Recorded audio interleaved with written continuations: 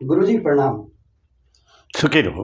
गुरुजी कैसे मालूम करें हमारा बाधक भाव कौन सा है और बाधकेश ग्रह कौन सा है? बहुत अच्छी बात, अच्छा प्रश्न आपका। यानी हमको ये फाइंड आउट करना है किसी व्यक्ति को कि कुंडली में हमारा बाधक भाव कौन सा है और उस भाव का स्वामी यानी बाधकेश कौन सा है।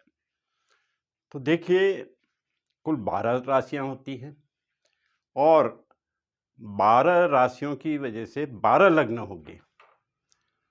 अब इन लग्नों को या इन राशियों को 3 भागों में बांटा जा सकता है।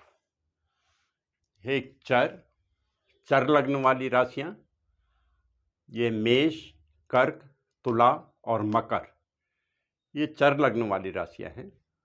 दूसरा हुआ स्थिर लग्न। स्थिर लग्न में वृषभ, सिंह, वृश्चिक और कुंभ राशियां आती हैं, ये लग्न आते हैं। और तीसरा हुआ द्विस्वभाव लग्न। इसमें आते हैं मिथुन, कन्या, धनु और मीन। इसको आप उंगलियों में 12 तक जब गिनेंगे तो क्रम से अगर ऐसे भी आप कर सकते हैं, चर स्थिर द्विस्वभाव, चर स्थिर द्विस्वभाव, चर स्थिर द्विस्वभाव, चर स्थिर द्विस्वभाव, ये 12 तक आ गया। तो इन 12 राशियों को हमने 3 वर्गों में बांट दिया। एक चर लग्न, स्थिर लग्न और द्विस्वभाव लग्न। चर का मतलब है गतिमान, स्थिर का मतलब जो है कांस्टेंट, और द्विस्वभाव का मतलब उसमें दोनों गुण हैं। चर भी गतिमान भी है और स्थिर भी है, दोनों गुण हैं उसमें। इसका कई बातें मालूम करने के लिए इसका उपयोग होता है कि जैसे कोई नौकरी करेगा तो एक जगह पे बैठ के करेगा, या उसकी भ्रमण की नौकरी होगी, या उसमें दोनों गुण होंगे। लेकिन ये इस विषय पे अगर हम चर्चा करेंगे तो हम मुख्य विषय से हट जाएंगे। हमारा मुख्य विषय है कि हमारा बाधक भाव कौन सा है और उस बाधक भाव का स्वामी कौन है, बाधकेश कौन है। तो आप देखिए कि सभी कुंडलियों में, क्योंकि 3 ग्रुपों में हमने इन राशियों को बांट दिया है, चल लग्न वाली कुंडली, स्थिर लग्न वाली कुंडली और द्विस्वभाव वाली कुंडली।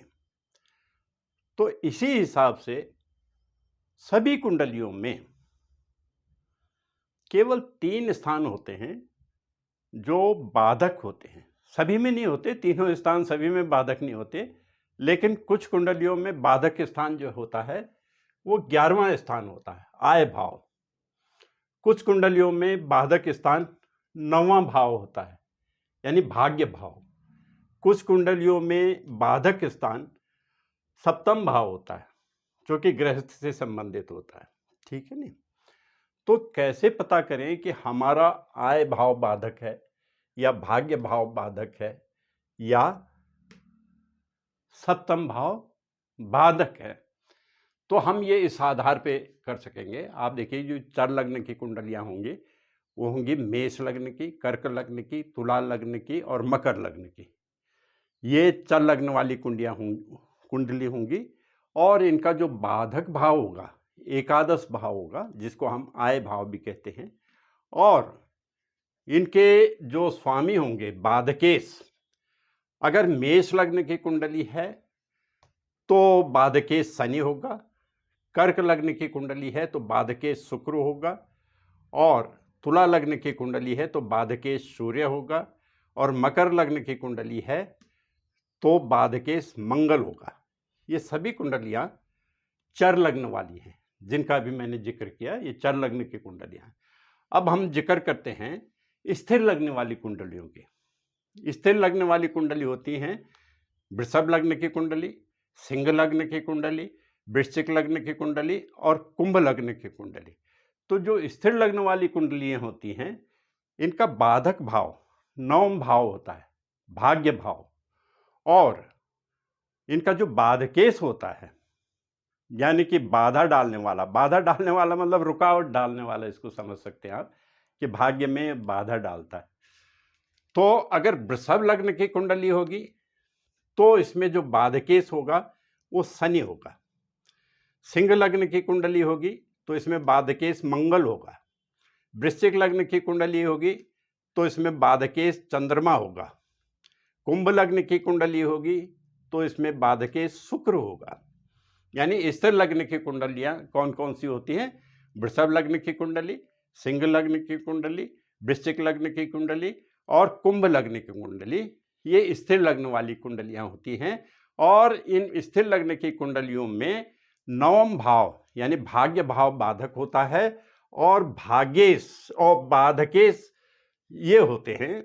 जैसे मैंने अभी बताया था, वृषभ लग्न होगा तो शनि बाधकेश होगा, सिंह लग्न होगा तो मंगल बाधकेश होगा, वृश्चिक लग्न होगा तो चंद्रमा बाधकेश होगा और कुंभ लग्न होगा तो शुक्र बाधकेश होगा।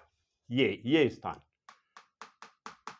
इसमें भी आप देख सकते हैं, इसको नोट भी कर सकते हैं आप कि ये स्थान बाधक तब होगा जब मेष लग्न की कुंडली, कर्क लग्न की कुंडली और तुला लग्न की कुंडली और मकर लग्न की कुंडली, तब ये बाधक स्थान होगा।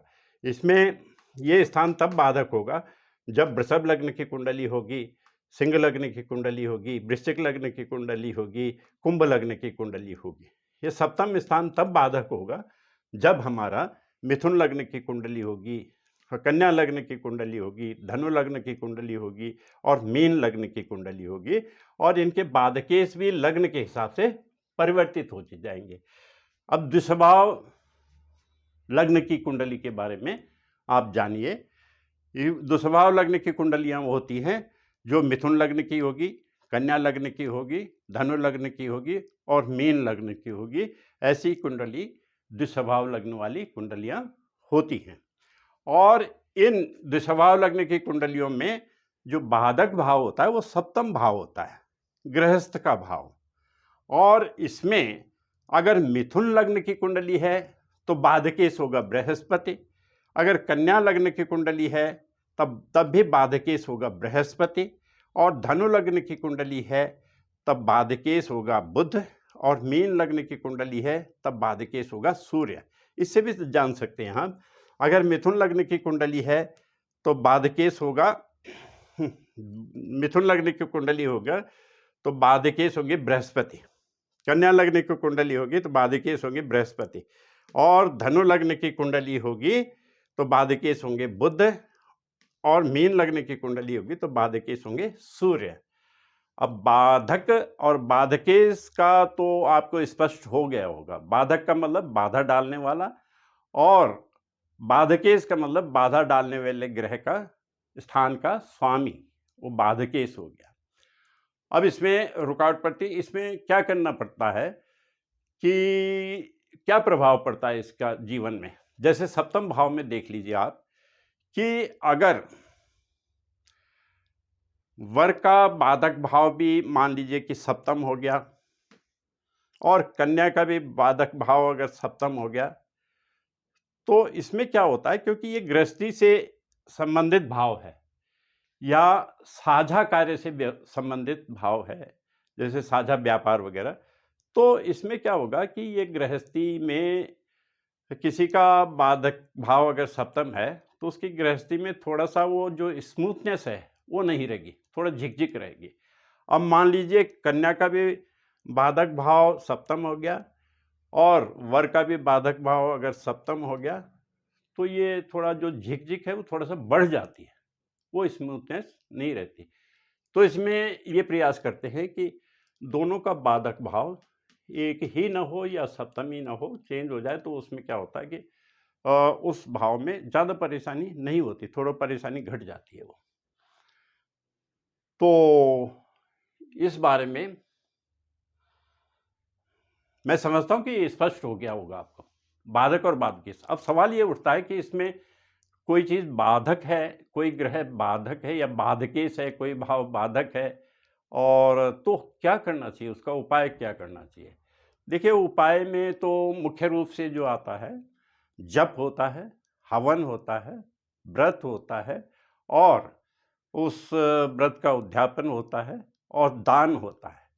लेकिन दान के मामले में थोड़ा सा ये जरूर देखना चाहिए कि जो ये भाग्य भाव है या भाग्येश का, इसका दान करने से बचना चाहिए थोड़ा सा। बाकी और चीज़ें जो मैंने बताई इसमें जप है, हवन है और व्रत है, उद्यापन ये तो कर लें, लेकिन भाग्येश का दान मत करें।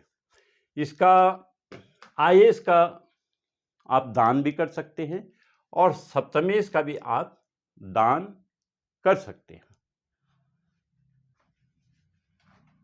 तो मैं समझता हूँ कि ये क्लियर हो गया हो आपको, और अगर क्लियर ना हो तो प्रश्न